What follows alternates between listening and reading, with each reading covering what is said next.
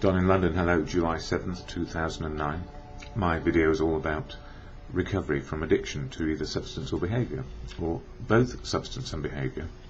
My substance, alcohol; my behaviour, trying to be whatever you wanted me to be, trying to be perfect and never so. Well, I don't know if I was actually trying to be perfect. I was just trying to keep out of trouble and out of people's way, and wanting a happy life. And I found in the end that booze or alcohol, as it is a drug, any drug I guess, most drugs don't do us any good in the long term unless they're used for medicinal purposes. And you know, these days it's really easy to fall into the trap of feeling like we are missing out on something. That alcohol used to be a reward, and probably still is for a lot of people. You know, celebrations, births, deaths, weddings and all that sort of thing. Well, death maybe, yeah, a celebration of life, a life gone. So what do I do these days to keep sober? And the simple answer is family, community, professionals, and a fellowship of AA, Alcoholics Anonymous. So what has AA done for me? Well, it's provided me with a basic toolkit of 12 steps to help me experience life in a more fulfilling way. So there is a program, 12 steps, all the steps work in a day. Sometimes we need every single step to keep us on track. So step 1, powerless over alcohol, and if I take a drink life becomes unmanageable and I'm back in an old situation. Step 2, all about being restored to sanity. That is, if we don't drink we get better, or we get more improvement towards being okay. Step 3 is let go and let God or your good conscience guide you. Step 4 is a moral inventory, looking at our assets and liabilities. Step 5, all about sharing who we are with another person and sharing our inventory with a person that we trust to be able to give us some guidance or support.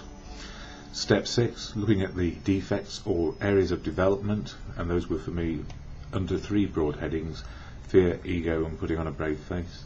And then step 7, where we are today in July, what I'm covering, it's all about getting enough courage, faith and confidence. Those are my shortcomings. Not enough courage, not enough faith and not enough confidence unless I work on it on a daily basis. Step 8 is making a list of people we have harmed and then being willing to make amends. And step 9 is identifying the amends we have to make, or we feel we ought or should or could. I think could make. And then step 10, a maintenance step, do a personal inventory on a daily basis to see how things are going on. Step 11 is about prayer and meditation. And although on any given day I could be an agnostic, an atheist or a God believer, I do know that prayer and meditation are about clearing the mind and opening up to the possibilities in the world rather than my confounded, it is confounded, my frustrated power over anything else. I don't have power over anything else, I just have an opinion to my choices today. And step 12 is sharing the message. So here I am sharing a message of experience, strength and hope. My message, not a message from AA, Alcoholics Anonymous, but I go there to hear wisdom from those who have learned how to stay sober one day at a time. And I often get the best information from those who have been out recently for some convincing or research about what alcohol will do. I went to what is called a newcomers meeting yesterday, where 2 people shared their story and then everybody shared back, and I tried to share back and I got tongue-tied and confounded because there were noises off and I couldn't actually, I don't know what was up with me. I think I was just extremely tired. It would have been better for me to keep quiet. Anyway, the gift is that I said I've lost my train of thought and everybody laughed. So we can take a bit of humour with us always wherever we go, and it's really important for me to share my unique and authentic outlook, because everybody has a unique and authentic outlook, and some we adopt because they seem a good idea, and sometimes we reject other people's opinion and their truth simply because it doesn't fit with reality.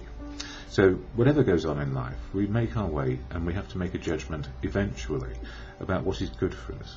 And for me, what is good for me is sobriety, and I go to the fellowship of AA to get that as best I can on a daily basis. And when I go to a meeting, this preamble is shared at every one of them. So it goes like this: Alcoholics Anonymous is a fellowship of men and women who share their experience, strength and hope with each other that they may solve their common problem and help others to recover from alcoholism. The only requirement for membership is a desire to stop drinking. There are no dues or fees for AA membership. We are self-supporting through our own contributions. AA is not allied with any sect, denomination, politics, organisation or institution, does not wish to engage in any controversy, neither endorses nor opposes any causes. Our primary purpose is to stay sober and help other alcoholics to achieve sobriety. And the great news is that the fellowship is full of same-sized people with one similarity above all, which is a desire to stop drinking, hopefully.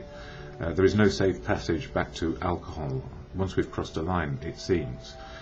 And I haven't found that wherever I crossed it, and where I am now is in recovery, one day at a time. So that's the important part for me, to be in recovery. And as I mentioned, there are 12 steps action program, and it's a suggested program, and the steps are 12 suggestions as well. And there are 12 traditions, but the 12-step program is about open, honest and willing to change. And the traditions is about unity, service and recovery. But in tradition 1 it does say quite clearly that no AA can tell another AA what to do. So in all of this we have to find our own sense of choice and what is good for us, and take the good and not worry too much about the differences. It's about making life work again, our own lives, self-healing through fellowship. So that's me and where I am today. And step 7, the July focus, if you like, says, humbly asked him to remove our shortcomings. And what is humility? What can it mean to us? The avenue to true freedom of the human spirit, necessary aid to survival, value of ego puncturing, failure and misery transformed by humility, strength from weakness, pain is the admission price to a new life, self-centered fear, chief activator of defects. Step 7 is a change in attitude which permits us to move out of ourselves toward God or good conscience. And I'm very happy with that, because we're just trying to make some progress on a daily basis. And we will have our own brand of sobriety. How it grabs us is just the way it grabs us. And in this book, the Daily Reflections, which I use here, or utilise here, don't forget, anything I say is to be challenged by your own outlook. And I'm not here to preach, I'm just here to share what it's doing for me. So far, so good for a little while. It's kept me sober day to time. July 7th, and letting go of it. Primarily fear that we would lose something we already possessed, or would fail to get something we demanded. Living upon a basis of unsatisfied demands, we were in a state of continual disturbance and frustration. Therefore, no peace was to be had unless we could find a means of reducing these demands. The difference between a demand and a simple request is plain to anyone. Peace is possible for me only when I let go of expectations. When I'm trapped in thoughts about what I want and what should be coming to me, I'm in a state of fear or anxious anticipation, and this is not conducive to emotional sobriety. I must surrender over and over to the reality of my dependence on God or good conscience. Then I find peace, gratitude and spiritual security.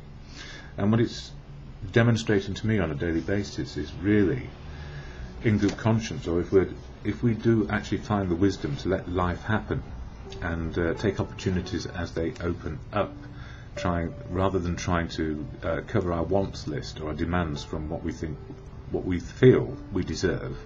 We don't deserve anything, actually. We have to work for whatever we've got, and that's the gift.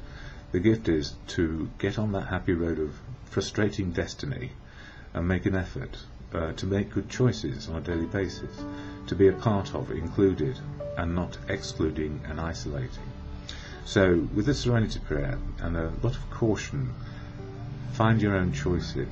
The Serenity Prayer is, to God or good conscience, grant me the serenity to accept the things I cannot change, courage to change the things I can, and the wisdom, simply, one day at a time, to know the difference.